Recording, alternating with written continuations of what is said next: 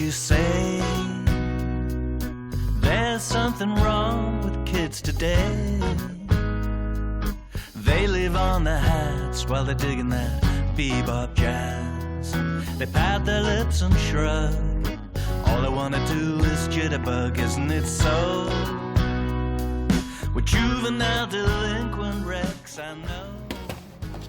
Donc on a des cerises, tu vas faire quoi en dessert? Il y aura quoi dans ton assiette? Donc on aura les cerises qui vont être cuites de façon jubilée, avec une tuile au sésame blanc et sésame noir, et une petite glace au yaourt de brebis. D'accord. Et donc là, la réduction derrière, c'est quoi? C'est pour la cuisson des cerises? Exactement, réduction de vin rouge avec des épices. On réduit ça à 1/3. Et ensuite, on additionne avec de la purée de cassis. Et on met en cuisson les cerises au four avec ce sirop.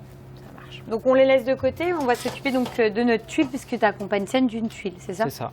Donc là, on met le beurre pommade, le sucre glace. Et puis tu avais mis autre chose, non, avec... Oui, c'était le sel. T'as l'œil. Bah oui.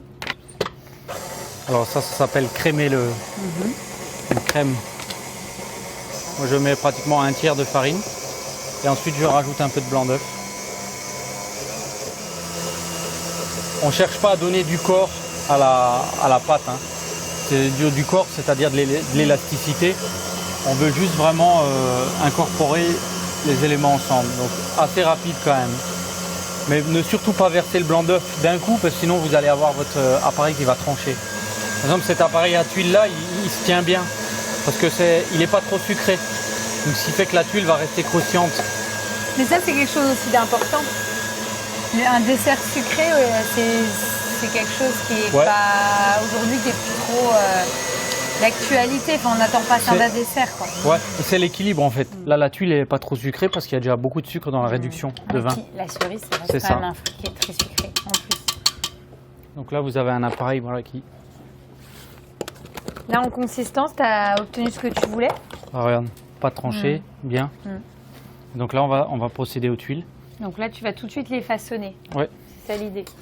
Tu veux quelque chose de très très fin? Non, c'est trop fin. Ça va... justement, on n'en met qu'une sur l'assiette. Donc après, si c'est trop fin, non. Non, justement, pas trop fin. Et ça, c'est pareil dans le choix des produits de matière première, enfin l'élément principal, ton yaourt, tu l'as...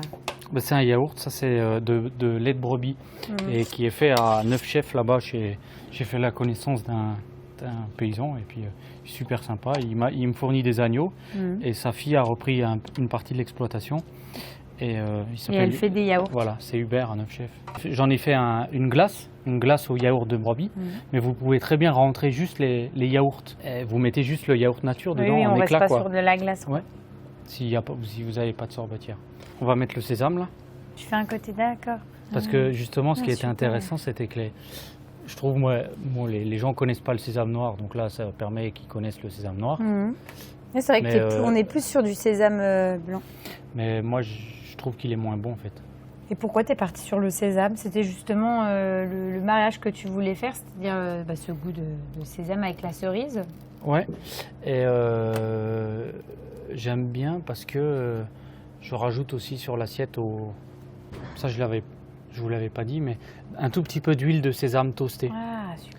Et ça, c'est une huile vraiment qui est super parfumée. Et elle est très intéressante. Donc là, on va le mettre au four à 160 degrés. Pendant combien de temps? Au moins 15 minutes. Mais à contrôler suivant le four s'il est ventilé. Il faut que la tuile soit vraiment dorée. Okay. Donc là, on rajoute la purée de cassis. Une fois que ça bout, on rajoute la purée de cassis. Et tu ajoutes cette purée de cassis pourquoi? Ça donne de la liaison sur le sirop. Et parce que le rendu ne sera pas du tout le même si non, tu s'il n'y a pas de purée de ouais. cassis, ouais. Et vin rouge cassis, ça va bien et ça redonne de la liaison vraiment au sirop. Donc là, on refait bouillir une fois. D'accord. Et après, on va recouvrir nos cerises. C'est ça. Pour la cuisson au four. Tu vas les mettre combien de temps au four? Alors là, c'est délicat, mais ça dépend de la variété. Là, on est sur de la Bigarreau d'Alsace. Elle cuit beaucoup plus rapidement, 15 minutes. Ah oui, par exemple, les premières que j'avais eues, c'était de la Folfer, la grosse. Celle-là, elle cuisait 30 minutes. Quoi. Oui, tu t'adaptes en fonction de la taille de ton... c'est surtout tu là, on recouvre. Et là, ce qui est important, Oui. c'est d'arroser au bout de 5 minutes, de bien les mélanger pour que celle du dessus se retrouve en dessous et que ça mijote. Et d'avoir un four qui soit ventilé, hein, parce qu'il faut savoir que la recette, là aussi, c'est la réduction qui va se faire au four. Ça va se concentrer un petit peu. Donc il faut bien que cette le four réduction, est après, ventilé. tu vas la réutiliser. Ah oui, on va le servir dedans. Ah oui, ok. Donc c'est pour ça que le four, il faut qu'il soit bien ventilé.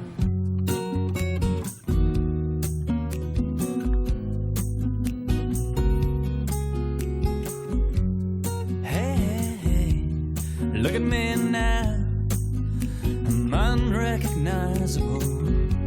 My trademark frown has grown into the strangest easy smile.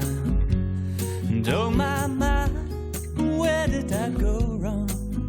Ask all my drunk. Donc l'idée, c'est de prendre un petit peu donc, de cette glace brebis. Voilà, un petit peu d'huile.